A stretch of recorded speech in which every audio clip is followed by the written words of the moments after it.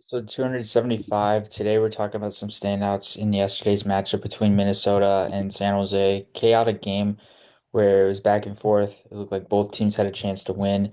And then we eventually saw Minnesota go on to win in overtime 8-7. And a while this game they get Kirill Kaprizov back, they get Joel Eriksson back. Joel Eriksson scores 4 goals, and then Kirill Kaprizov, I believe, had 2 points in total, goal and assist, or he had 2 goals and 1 assist, 3 points, 9 shots on goal, and Matt Boldy 4 points, Matt Zuccarello with three. A lot of their guys were on the score sheet in this game, and a lot of the guys were playing really well throughout this game. Outside of Kaprizov, Boldy, Joel Eriksson, Zuccarello, those guys and of course Marco Rossi as well. I think a bunch of other guys were noticeable. Brock Faber included.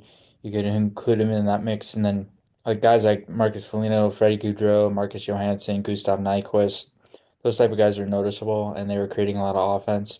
And they were just very active off the rush and transition and creating speed and being able to weaponize their speed there and just being able to be a threat. I think when you're talking about Minnesota, they need their depth to score and they need their depth to be able to provide offensive impact, or else if their depth goes dry, then it's going to be hard for them to be able to sustain their effort. They can't solely rely upon Boldy, Eriksson, Kaprizov, Zuccarello, and Rossi up front to be able to produce, and they need to rely on a lot more of their depth to be able to contribute in well-rounded ways offensively. And I think yesterday was an example of that. Obviously, a high-scoring game in both ways, and I think both teams they had a lot of their guys going and a lot of their depth going. But I think on Minnesota's side, it's more important heading into the playoffs for them to continue to have that depth score and make an impact and be able to have that sustained impact throughout the playoffs as well.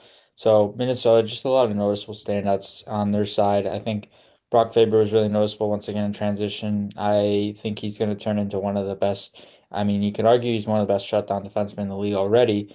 I think longer term, we're going to see him evolve into more of a 50, 60 point guy potentially. And there's a lot of potential, a lot of upside for him in terms of how he plays the game stylistically and tactically. And he's already very advanced for his age and very mature for his age based on his style and how he plays the game. So that's really unique in that sense. I think he's going to be a big component of their blue line long term. He just played really well yesterday and was showcasing that offensive ability that I think long term he's going to show even more of. As for San Jose, Macklin Celebrini with his first career hat trick, he had 5 points in the game and 3 goals, 2 assists, 4 shots.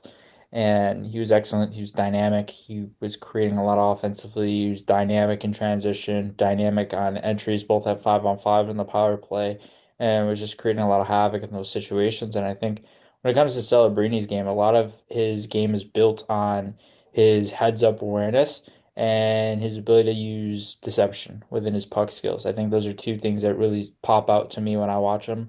And I think the way he plays stylistically is very translatable. Obviously, in the NHL, he's translated seamlessly from BU to San Jose. And I think for where he's at now, he's going to become an even better player long term. There's even more upside in his game, which is pretty crazy to say, but I think he's going to be an even better player long term too. So he's already fun to watch. He's already polished. He's already bringing an all around game for the Sharks as well. And I think there's a lot to like in terms of how he plays the game. Will Smith was really noticeable with 4 points, 1 goal, 3 assists. He was more noticeable as a pass first player and playmaker on the power play. His ability to contribute offensively. I think he's really ramped it up as the season's gone on. Like he had a very slow start to his first 20 games of the season, but he's ramped it up very quickly. And I believe he's on pace for around 40 or so, or mid 40s, early 40s or mid 40s in points. So he's having a much better second half of the year and middle part of the year, and I think it's allowed him to be able to contribute offensively. And he's been able to make really nice plays. He's been able to really make seam plays that are hard to really find and he's able to make those plays so seamlessly. It's so easy for him to be able to scan, find a lane, and then pass through the lane and then make a play. So he's got that vision, he's got that awareness, and he's really unique and fun to watch in that sense. I think two right shot D are really noticeable, Jack Thompson and Timothy Liljegren.